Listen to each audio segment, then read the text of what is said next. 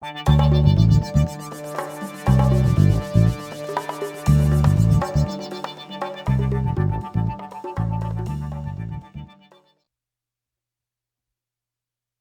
il a dit au Fils, ton trône, ô Dieu, est éternel, le sceptre de ton règne est un sceptre d'équité, tu as aimé la justice, tu as haï l'iniquité, c'est pourquoi, ô Dieu, ton Dieu t'a oint d'une huile de joie au-dessus de tes égaux.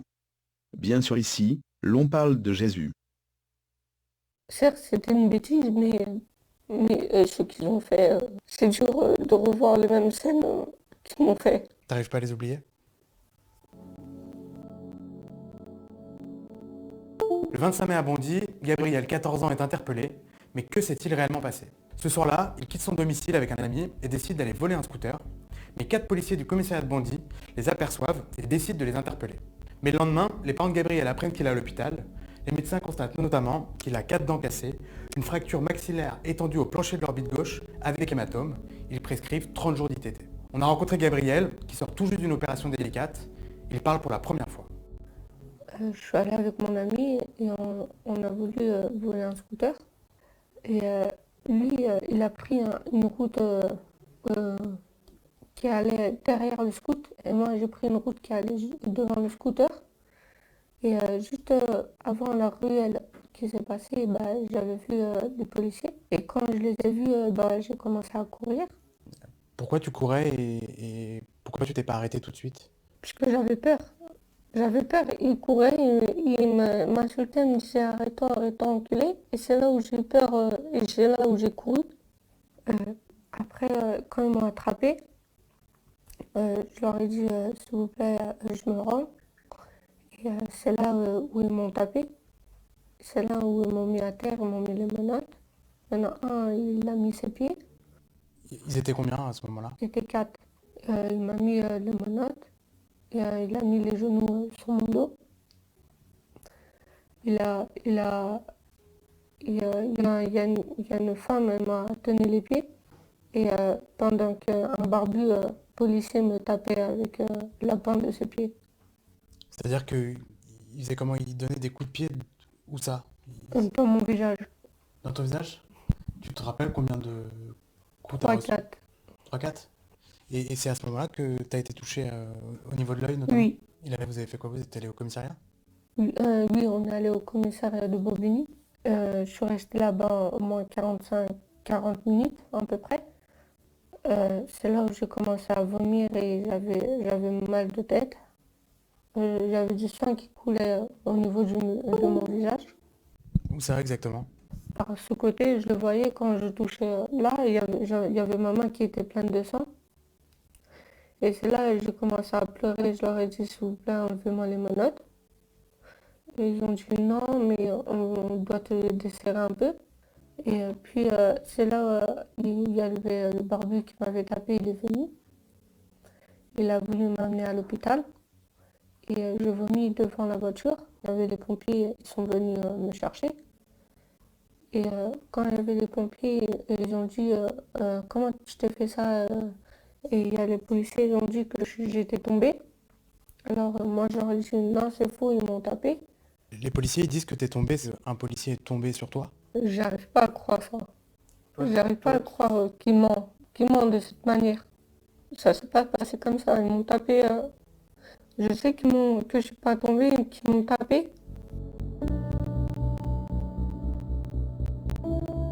Et c'est là où il y a madame femme, elle est venue dans la chambre, elle a fermé la porte et je lui ai expliqué tout ce qui s'était passé.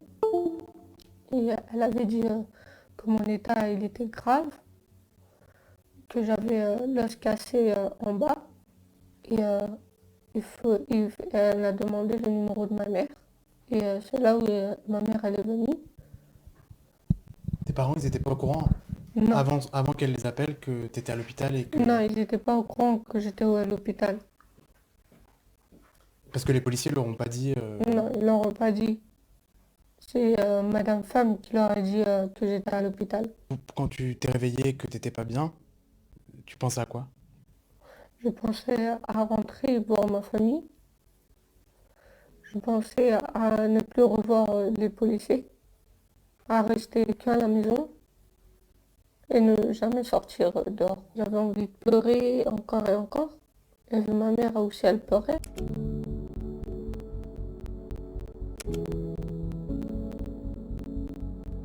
Sur le scooter, t'en penses quoi? Aujourd'hui, tu regrettes et tu dis que c'était une bêtise ou... Ben, j'en pense que certes c'était une bêtise, mais ce qu'ils ont fait sur moi, j'arrive pas à le penser.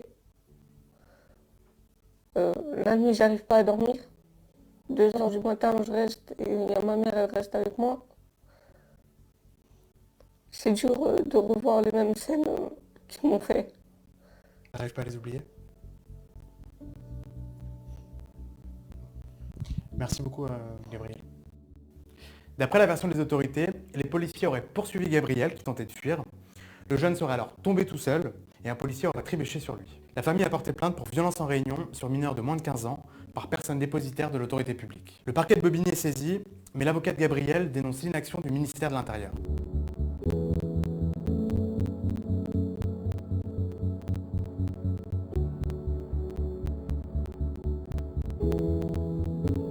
Pour l'heure, ni le ministre de l'Intérieur ni aucun membre du gouvernement ne s'est exprimé sur cette affaire. Vous de même, au dehors, vous paraissez juste aux hommes, mais, au dedans, vous êtes plein d'hypocrisie et d'iniquité, de mépris de la loi. Tous les prétextes sont bons pour ces gogoles, ces sans-cerveau, ces ramassis de chiottes, finis à la pisse. Une pouffe on appelle une autre, plein le cul de ces racistes anti-blancs. Toujours la même merde qui brave tous les interdits dans ce pays, les gauchistes puants et les immigrés, elle aurait dû rester sur le trottoir cette pute. Un bon rassemblement de pull à pisse et de bobos gauchistes qui vivent dans le monde des bisounours. Laisse-les faire, ça purge le pays.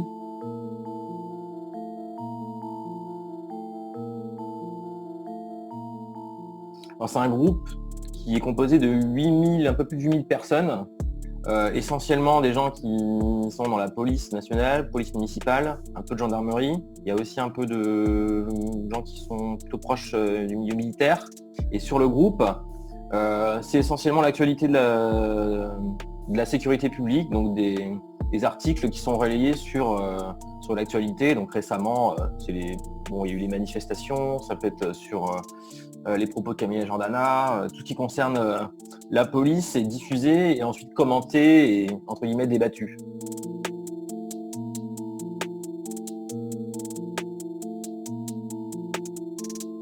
Et, parce que l'iniquité, c'est-à-dire, le mépris de la loi, se sera accru, la charité du plus grand nombre se refroidira.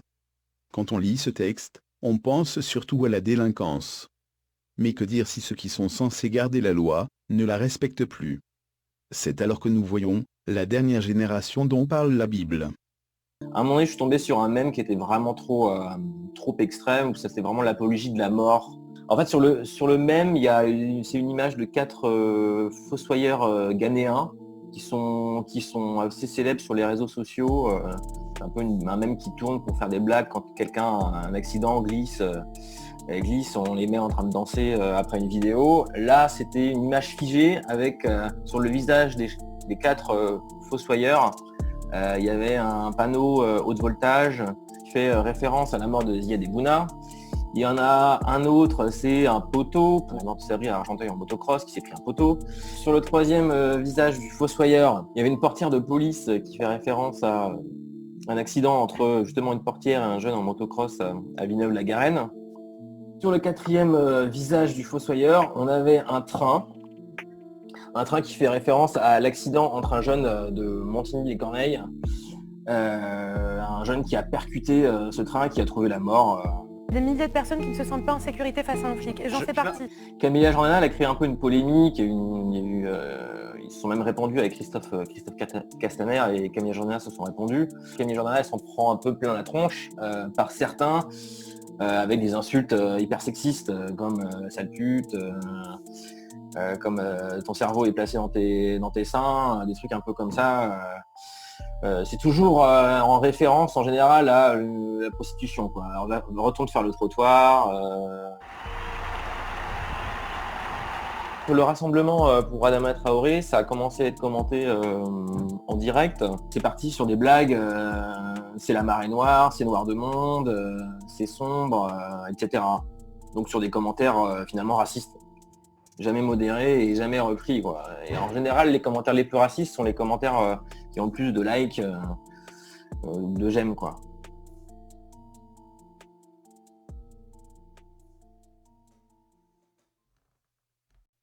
Car le mystère de l'iniquité agit déjà, il faut seulement que celui qui le retient encore ait disparu. Pensez-vous que la justice va aller dans le bon sens? Ou pensez-vous que ce que nous voyons n'est que l'ombre d'un monde encore plus obscur? L'Antichrist viendra, quand ceux qui respectent la loi de Dieu auront disparu par l'enlèvement. Alors viendra l'iniquité la plus totale. Courage frères et sœurs. Nous voyons le bout du tunnel.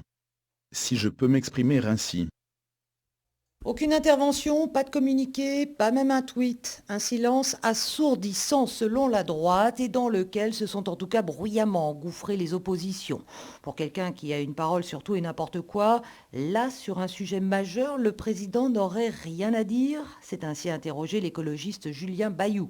Il vaudrait mieux qu'il prenne la parole sur le racisme présumé dans la police plutôt que de vendre des voitures en se rendant chez Renault, a attaqué de son côté le chef des Insoumis Jean-Luc Mélenchon, alors que le patron des Républicains Christian Jacob réclamait, lui, un soutien à la police. J'avoue que je ne comprends pas qu'un président de la République puisse se taire. On a vu Jacques Chirac quitter un stade de foot lorsque la Marseillaise était sifflée. Là, notre police humiliée, insultée, pas un mot du président, pas un mot du Premier ministre. Un silence présidentiel qui traduit tout l'embarras de l'exécutif sur une ligne de crête, explique un député de la majorité, entre l'écoute nécessaire de la jeunesse qui manifeste et le soutien qu'il ne saurait renier à la police tout en condamnant les violences individuelles. Pas facile, mais il ne faudrait pas que le président tarde trop à prendre la parole, estime de son côté un ministre, dans une situation possiblement inflammable.